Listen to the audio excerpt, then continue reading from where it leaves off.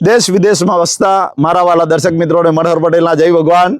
मित्रों आज मारी वाड़ी अंदर विडियो शूट करवा जई रह्यो छुं અને આજે એક એવી આઈટમ વિશે વાત કરવી છે કે જે આઈટમ મિત્રો બજારમાં પણ વેચાતી મળે છે, લગ્ન પ્રસંગોમાં પણ લોકો મળે છે અને આપણે ખાઈએ છીએ અને અઠવાડિયે 15 દાડે મહિને તમારી ઘરવાળી હોવ તમને બનાવીને ખવડાવતી હશે યાર। આ મારું જે વાડી છે એ તમે જુઓ છો, આ પાણીનો હોજ છે નાહવા માટે। અને મિત્રો આજે જે વાત કરવી છે ખાસ ધ્યાન આપો, જે મેં પોતે પણ રોપી છે આઈટમ અને એનું નામ છે મિત્રો પત્તરવેલના પાન, જેનું આયુર્વેદિક નામ છે અળવીના પાન। અળવીના પાન પણ કહેવાય છે। આ પત્તરવેલના જે પાન છે એ મિત્રો ટેસ્ટમાં તો બધાને સારા લાગે છે, ભાવે છે। આપણે બજારમાંથી ગમે એટલા મોંઘા હોય તો પણ આપણે ખરીદીએ છીએ, પણ એનું આયુર્વેદિક જે લાભ આપણને મળે છે, આપણી હેલ્થને જે લાભ મળે છે, બેનિફિટ મળે છે, એ મારે કહેવો છે મિત્રો। પત્તરવેલના પાનની અંદર કુદરતે પોટેશિયમ ઠાંસીને ભર્યું છે અને પોટેશિયમ આપણને ખબર છે કે જેને હાઇપરટેન્શન છે, જેને હાઈ બીપી છે, એવા લોકોનું બીપી કંટ્રોલમાં કરવાનું કામ એ પોટેશિયમનું છે। માટે જો આ જે પાન છે, અળવીના પાન છે મિત્રો, એ પાન આપણે ઘેર બનાવતા હોય છે, આપણી ઘરવાળી બનાવતી હોય છે। એમાં ઘણા ચનાનો લોટ નાખતા હોય છે, ઘણા કણકીકોરનો લોટ નાખતા હોય છે, ઘણા બાજરીનો લોટ નાખતા, ઘણા ઘઉંનો લોટ નાખી, કોઈ પણ લોટ નાખીને તમે બનાવો, પણ આ જે પાન છે એ પાન જે છે એની અંદર જે એલિમેન્ટ છે, એલિમેન્ટ સચવાઈ રહેવું જોઈએ। આપણે જોઈએ છે લગ્ન પ્રસંગમાં અને બજારની અંદર જે લાવીએ છીએ આપણે અળવીના પાન, આ જે પત્તરવેલના પાન લાવીએ છીએ એ મિત્રો ફ્રાય કરેલા હોય છે, તેલમાં તળેલા હોય છે, જેમાં 0 વિટામિન મિનરલ્સ હોય છે। તમારું પોટેશિયમ બધું બળીને ખાક થઈ જાય છે।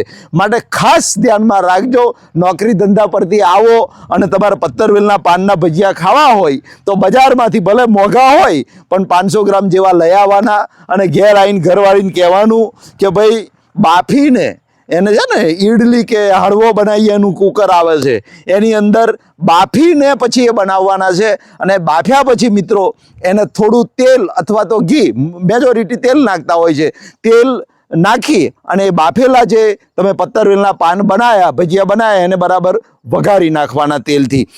કોઈ દિવસ એને ફ્રાય કરવાના નહીં, તળવાના નહીં મિત્રો, નહીતર પાણી નોંભવું, તમને કશું એનો લાભ મળે નહીં। તો પોટેશિયમ તો કુદરતે ઠાંસીને ભર્યું છે, તમારું બીપીને કંટ્રોલમાં રાખવાનું કામ કરે છે। બીજું કે એન્ટીઓક્સિડન્ટ છે। એન્ટીઓક્સિડન્ટ એટલે આપણી બોડીને ડિટોક્સિક કરવાનું કામ કરે છે।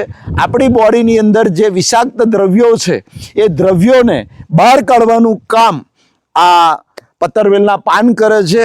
અને ત્રીજું મિત્રો, તમને નવાઈ લાગશે જાણીને કે પત્તરવેલના પાન જે છે એ સુગરને કંટ્રોલ રાખવાનું કામ કરે છે। આપણી જે સુગર છે, જે ડાયાબિટીસ વાળા છે, અને ડાયાબિટીસ આપણું ભારત અને એમાંય ગુજરાત એ ડાયાબિટીસનું એપિસેન્ટર કહેવાય। એટલે આ જેને સુગરનો પ્રોબ્લેમ હોય એ પણ જો આ અળવીના પાન, પત્તરવેલના પાન ખાશે તો એની સુગર પણ કંટ્રોલમાં આવશે। ક્યારેય પત્તરવેલના પાન તમે પેટ ભરીને ખાઈ જાઓ, એનાથી સુગર ક્યારેય વધતી નથી। અને મિત્રો આ જુઓ પાલકની ભાજી મેં તો કરી છે, પાલકની ભાજી। આ અમારું ગલુડિયું આવ્યું, આ ગલુડિયું છે મારું પારેલું, આ પાલકની ભાજી છે મિત્રો। આ બાજુ આવો, વાડી બતાવું તમને। આ પાલકની ભાજી રોજ તાજી ભાજી, ઓર્ગેનિક ભાજી છે, કાપીને ઘેર અમે ખાઈએ છીએ।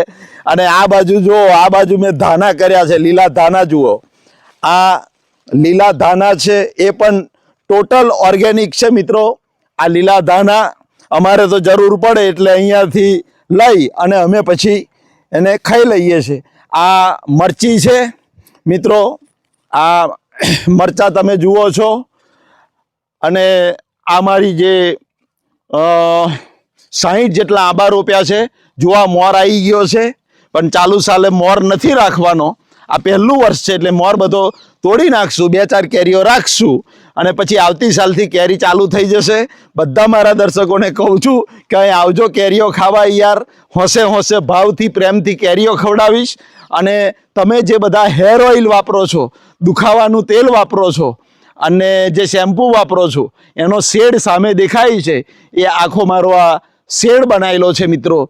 તો આ પ્રમાણે હું ખુલ્લા વાતાવરણની અંદર મારી વાડીમાં મોટાભાગનો સમય રિટાયરમેન્ટ હવે તો થઈ ગયો છું, એટલે મોટાભાગનો સમય અહીંયા અમે પસાર કરીએ છીએ.